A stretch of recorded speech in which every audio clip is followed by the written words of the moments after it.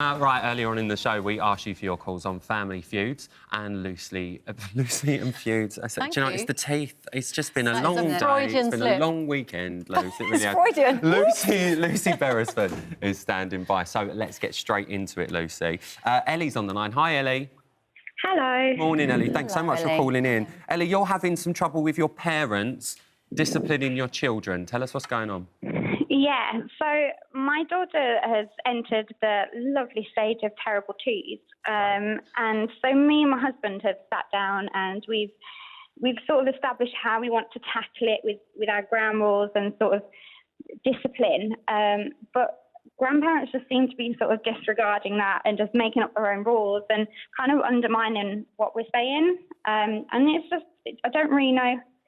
We've had a conversation and just said, like, this is what we want to do and this is how we'd like you to tackle it. And it's just it being ignored. So I don't really know how else to say it without creating an argument. This happens all the time, doesn't it? It does happen all the time. And the really unfortunate thing is that there's not going to be that much you can do about it, because obviously what you're talking to me about is the ground rules that your in-laws and your parents are setting in their respective homes. So you've got the ground rules in your own home, which are going to be slightly different to someone else's house. And you're going to bump up against this all the way through raising your child. You're not going to be able to control how the school conducts things.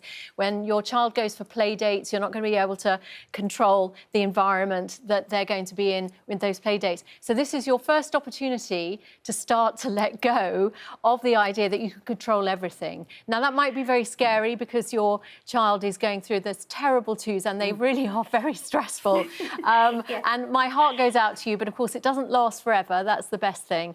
And it is about kind of, you can use it as a way of educating your child, really, to say that, you know, if you say to your daughter, this is what we do in this house and this is what mummy and daddy have agreed to do.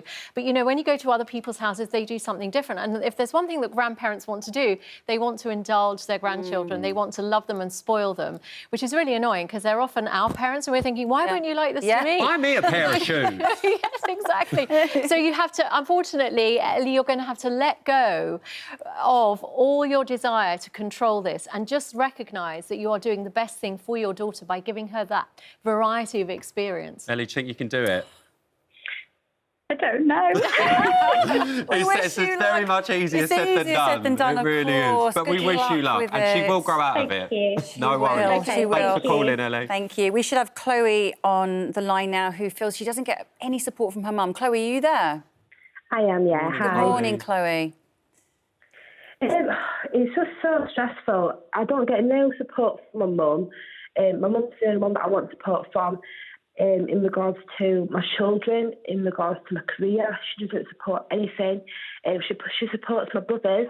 Everything that they do, she's all for it. But when it comes to me, the one with children, the one that actually needs it, she doesn't support it, and I kind of just don't know how to tackle it. It's really hard. So that kind of favouritism is also really painful to experience. So you've got one thing, which is that you wish your mother would support you, and there's another thing, which is that you can see that she's perfectly capable of dishing out the support to other people. The key thing is, I mean, you mentioned both your child rearing, but also your career. You've got quite an interesting career you want to follow, is that right? Yeah, I want to do embalming.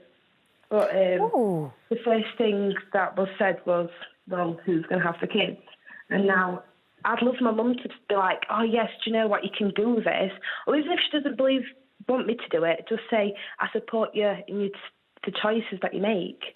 I don't even get that. It's like, right. Oh, what do I do? Right. Well, the way you handle this is that you have to give yourself the support and the permission to have the life that you want to have, to support yourself in your own career choices. I think it sounds like a fascinating career and one that will never go out of fashion. You will always be in demand. And what better way to prepare to kind of look after your children than by entering a profession where you're always going to be in work? So I think it's about showing your mother, rather than demanding support from her and demanding that attention that you're not getting, showing her that you are perfectly capable of living your life almost without her, because that's the moment at which you can almost guarantee she will kind of shake up and think, I could be in danger of losing my daughter here. Chloe, can I ask you a question? Have you ever had this chat with your mum? Have you ever said, Mum, like, you're there for me brothers. Why? I feel like you just don't like me, you don't want to be around me, you don't want to look after my kids. Have you ever said that to her?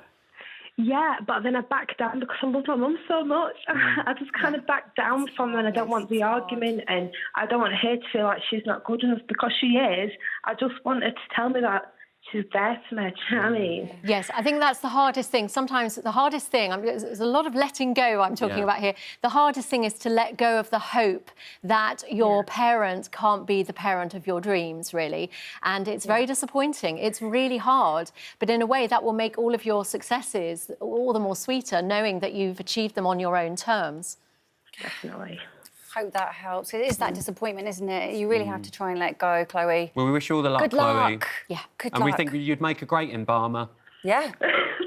Go for it. I mean, I would say I'd like to see you at work sometime soon, but fingers crossed we won't. Thanks, Chloe. Got a message from Sandra here. Sandra says, my stepfather died 8 years ago, and since then my family have pushed me out. My mother died last week, and my younger brother and I have been pushed out of making arrangements for her funeral. I wasn't even allowed to pick up the death certificate, even though I lived down the road from where my mum lived. I just want the family to come together at my mother's funeral. How should I approach this? One thing I was thinking about was the funeral directors. What role are they playing in this process? Because at some point, you know, everything is going to be focused on the funeral directors and the arrangements. So I wonder whether it's worth having a conversation with them privately, explain the situation. And I'm sure we've all been in that situation where we've had conversations with funeral directors. They're very welcoming, they're very understanding of the family tensions that can often flare up around bereavement. So I think that would be the first thing. And the other thing is you have, it's also you and your younger brother. So I think it's the time for the two of you to come together and say, well, this is what we would like to do. Perhaps even suggest a couple of things that could happen in the funeral so that you feel like you are contributing to a very specific part of that event.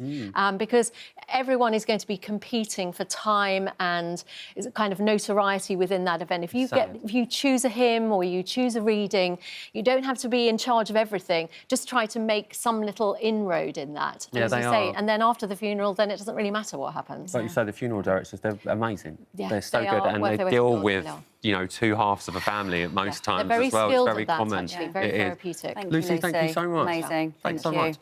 much. Right, still to come, from an overnight glow to an instant tan in literally minutes. We're going to be looking at the best fake tans on the market. That's all coming up. It's my dream right after this break.